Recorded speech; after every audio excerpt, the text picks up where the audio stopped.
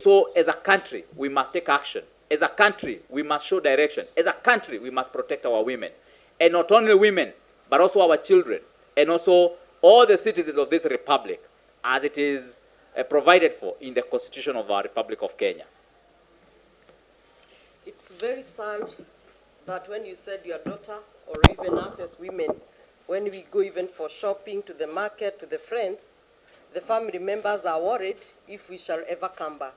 As a matter of fact, the laws are more than enough in this country. So what we call upon is the president to crack the whip so that the DCI and the team, we know they have capacity, they have had in previous, we have had terror and they have been able to curb it. We have had bandits recently, we have seen they have been able to control. So there is no way or avenue to leave that. The government cannot be able to curb this menace. We are calling quick action, DCI and the team, to come and reinforce the avenues of these dangerous scenarios of women. We cannot continue sending our daughters to school and we keep on worrying if they'll come in the evening. You cannot even send even teenagers to go and have fun, even to the market or any activity. You are worried. And when we look at the other gender, men will mainly die from motorbike or alcohol, but women are literally dying from murder. I think our police force have proven, that's why they have been sent to Haiti. They have proven, that's why they have been able to curb the terror. They have proven on many avenues. They have been able to curb quite a number of crimes in this country. So I think the major challenge that we are having is that when this murder happened, where is the end? We do not see the end of the criminals being taken to court and the necessary action taken. So we ask the president to crack the whip, inform the DCI to take action, or rather remind them, because that's their work, and we need to see these criminals brought on book.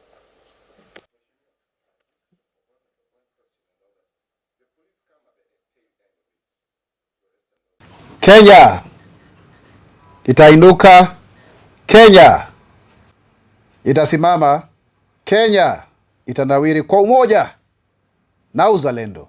Mimi ni Mkenya mzalendo. Je, wewe? Leo hii tunataka kutoa heri na fanaka kwa wanafunzi wetu ambao wanasoma katika viwango tofauti tofauti, wale ambao wanafanya mitihani ya KPSEA, wale ambao wanajiandaa kufanya mtihani wa kidato cha 4.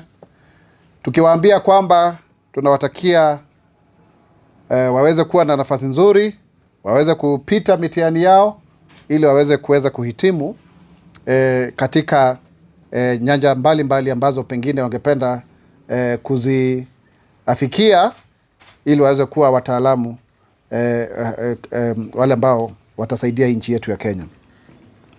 Na niseme kwamba sisi kama serikali tungependa kukashifu kabisa mauaji ambayo yametendeka ya wakina mama zetu, wasichana wetu, hivi kwamba kuna zaidi ya wasichana 90 ama wakina mama 90 ambao wameweza kuuawa kipindi ambacho kilichopita cha miezi mitatu. Kwa hiyo hilo ni jambo ambalo tungependa kusema kwamba tunataka kukashifu kabisa mambo haya, na tutoe wito kwa Wakenya kwamba tuweze kuwachunga madada zetu, mama zetu, ambao wasichana wetu, kwa sababu sisi wenyewe ni jamii moja, na hilo jambo linafaa kuangaziwa zaidi. Na serikali itachukua hatua kabambe kwa wale wote ambao wanahusika na mauaji kama haya, na kwa hivyo tunaweza kutoa onyo kali kwa kila mtu ambaye ni husika.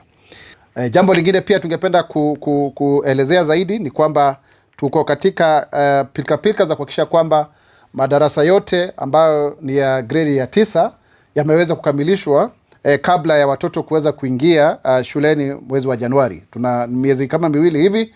Kwa hivyo tutatia bidii tuhakikisha kwamba hakuna mtoto yoyote ama shule yoyote ambayo haitokuwa na hiyo nafasi ya kuweza kujenga haya madarasa, ndiposa waweze kuhakikisha kwamba watoto wote wameweza kushahiniwa mwakani. Kwa hivyo hilo ni jambo ambalo ni la muhimu zaidi, na tena tungependa kusema kwamba kongole, hongera kwa wanafunzi wetu wa kidato cha 4 ili waweze kwanza kupita vizuri na ili tuweze kufanya mambo haya yote kamili. Mimi mwenyewe kwa mfano, mimi ni patron wa Buruburu Girls High School, na kwa hivyo ninashukuru sana na nataka watakia wapite vizuri na wale wengine wote ambao wanasoma Kenya nzima kama msema. And by the way, before we proceed, how do we say this in let's try? Let's try. It's always good. This is internal production. Let's try in English. Let me see. Kenya shall rise. Kenya shall stand firm.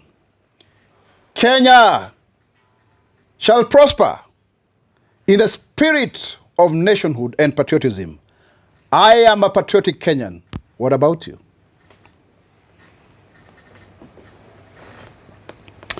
The government is pleased to announce substantial progress in reducing the cost of living for Kenyans, fulfilling key commitments outlined in the Better Plan. Through coordinated efforts across multiple sectors, the government is making tangible strides in improving affordability and economic resilience of all Kenyans. Under the leadership of President William Ruto, the government has taken decisive steps to alleviate the high cost of living, directly impacting Kenya's daily expenses. These efforts are being driven by sector-specific initiatives which are bearing fruit as observed in the latest economic indicators. For example, the fuel prices have now gone down without subsidies. Kenyans are experiencing immediate savings on transport and energy costs. This change benefits not only consumers, but also small businesses and agricultural producers who rely on affordable transportation to bring products to the market. For example, John Odongo, a boda operator in Kisumu, has seen his daily fuel expenses drop, allowing him to save up to Kenya shillings 200 per day. These savings have enabled him to set aside funds for his children's school fees while offering more affordable rides to his customers, contributing to local economic growth as more residents can afford transportation for work, school, and errands. Reducing food prices and supported by fertilizer subsidy program, this has actually enabled the security of the food in homes, where over 54% of the family incomes is spent on food. And it is actually in alignment with one of our pillars of agriculture and food security as enshrined in the Better Plan.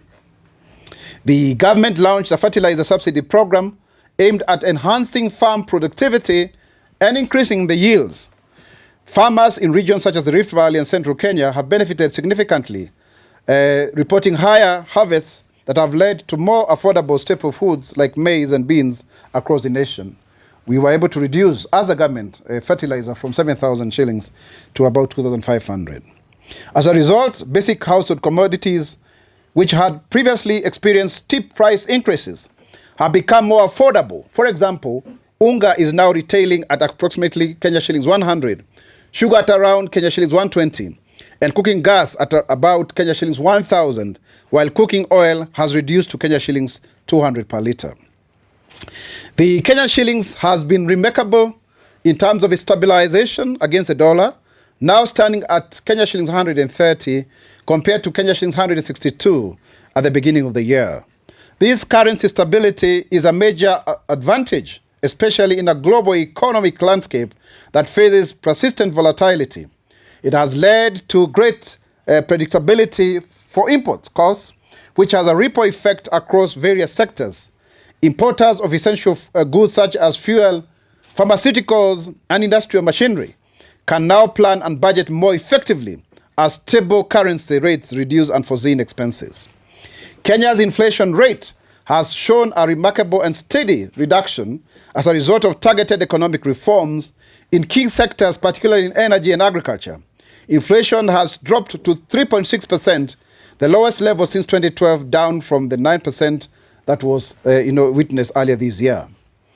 When it comes to economic growth, as a result of these interventions, there has been increased economic growth, especially as demonstrated by various companies So several corporations that were previously struggling financially are now at a profitable trajectory. For example, the Kenya Power Lighting Company, otherwise popularly known as Kenya Power, has reported a net profit of Kenya shillings 30 billion.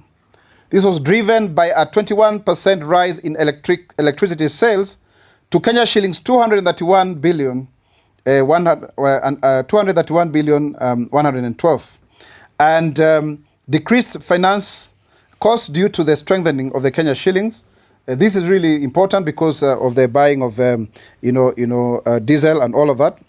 And what is most important is that the company has added an additional 447,251 new customers.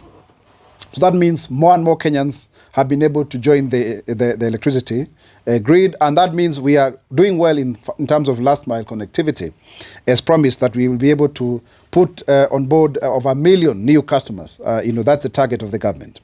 When it comes to Kenya Airways, for the first half of 2024, Kenya Airways reported a profit of Kenya shillings 513 million after tax. This marks a significant turnaround from the Kenya shillings 21.7 billion loss